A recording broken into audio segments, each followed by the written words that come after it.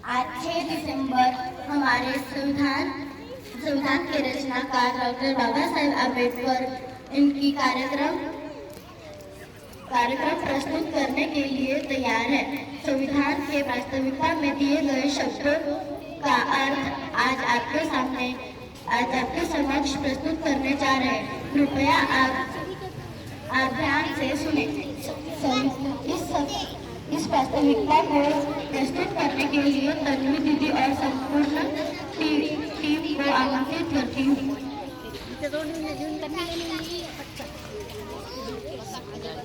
बालमित्रांनो, मी संविधानाची उद्देशिका बोलते आहे। आज मी माझी ओळख तुम्हाला करून देते आहे। जरा लक्ष देऊन ऐका।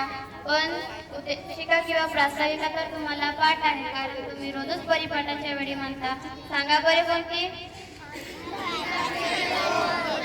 तर मी आपला उद्देश स्पष्ट करते। संविधान हा आपल्या देशाचा मूलभूत आणि सर्वश्रेष्ठ कायदा आहे।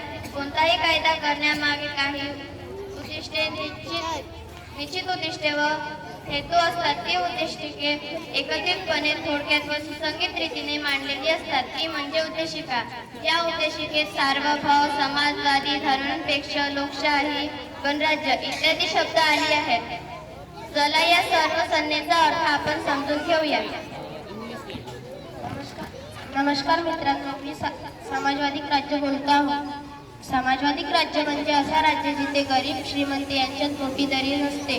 देशाच्या संपत्तीवर सर्वांचा हक्क असतो। संपत्तीचे केंद्रीकरण काही लोकांच्या हाती होणार याची काळजी घेतली जाते। मित्रांनो, मी धर्मनिरपेक्ष राज्य बोलतो आहे। उद्देशिकेने धर्मनिरपेक्षता हे आपले उद्दिष्ट असल्याचे सांगितले आहे। धर्मनिरपेक्ष राज्यात सर्व धर्मांना समान मानले जाते। कोणत्याही एका धर्माला राज्याचे धर्म मानले जात नाही। सर्व लोकांना आपापल्या धर्माचे पालन करण्याची मुभा असते। नागरिकांमध्ये धर्माच्या आधारावर भेदभाव करता येत नाही। मी लोकशाही राज्य बोलतो आहे। लोकशाहीत राजकारभाराची सत्ता लोकांच्या हाती असते। सार्वत्रिक निवडणुकांमध्ये मतदार मत देऊन आपले प्रतिनिधी निवडतात। निवडून आलेले प्रतिनिधी संविधानाने निर्माण केलेल्या संसद कार्यकारी मंडळ अशा संस्थांमध्ये जातात। नमस्कार मित्रांनो, मी कर्जाचे बोलतो आहे। आपल्या देशात लोकशाही पूर्ण कर्जाची पद्धती आहे। कर्जाच्या सर्व सार्वजनिक पदे लोकांकडून निवडून दिली जातात। कोणतीही 5 वर्ष परंपराने येत नाही।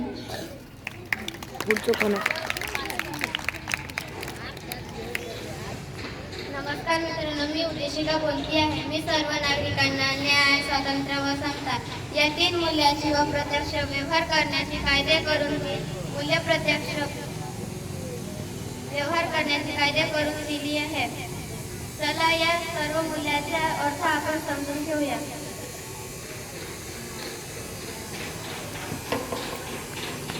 मी न्याय बोलते आहे। न्याय अन्याय दूर करून सर्वांना आपल्या प्रगतीची संधी मिळवून देणे म्हणजे न्याय होय। सर्व लोकांचे कल्याण होईल या दृष्टीने उपाययोजना करणे म्हणजे न्याय प्रस्थापित करणे होय। उद्देशिकेमध्ये न्यायाचे 3 मुख्य प्रकार सांगितले आहेत। नमस्कार मित्रांनो, मी सामाजिक न्याय बोलतो आहे।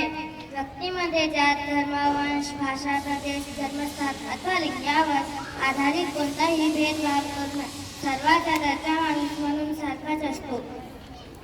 मित्रांनो, मी आर्थिक न्याय बोलतो आहे। भूक, उपासमार, कुपोषण या बाबी गरिबीमुळे किंवा दारिद्र्यामुळे निर्माण होतात। गरिबी दूर करायची असेल तर प्रत्येकाला आपले व कुटुंबाचे पालनपोषण करण्यासाठी उपजीविकेचे साधन मिळण्याचा हक्क आहे। आपल्या संविधानाने प्रत्येक नागरिकाला हा अधिकार कोणताही भेदभावाशिवाय दिला आहे। नमस्कार मित्रांनो, मी राजकीय न्याय बोलतो आहे। राज्यकारभारात भाग घेण्याचा सर्वांना समान हक्क असावा म्हणून आपण प्रौढ मतदान पद्धती स्वीकारली आहे।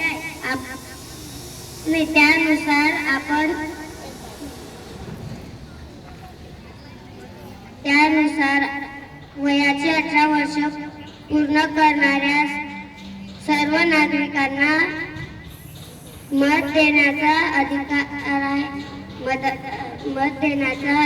अधिकार आहे।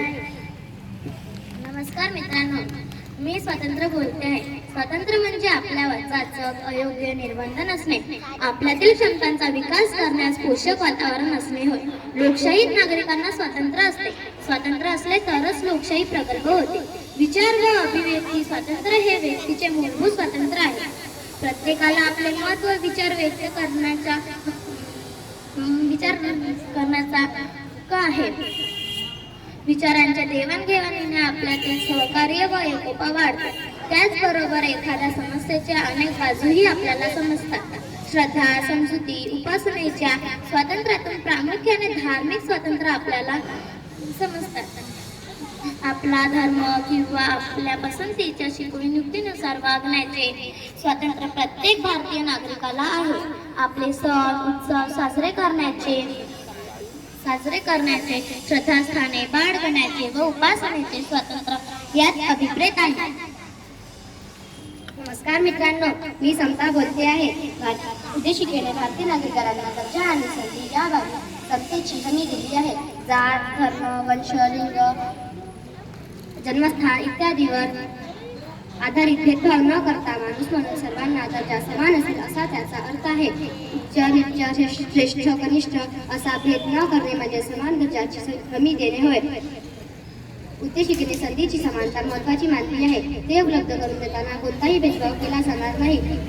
संविधानाच्या उद्देशिकेने एका अगदी वेड्यात आदर्शाचा किंवा तत्वाचा उल्लेख केला आहे.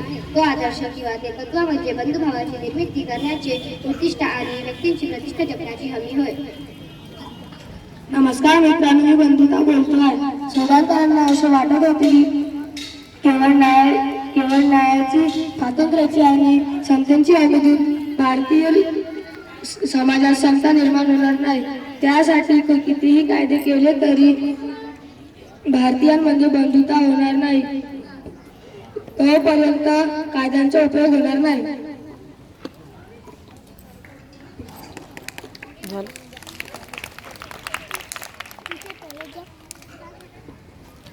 जल्दी से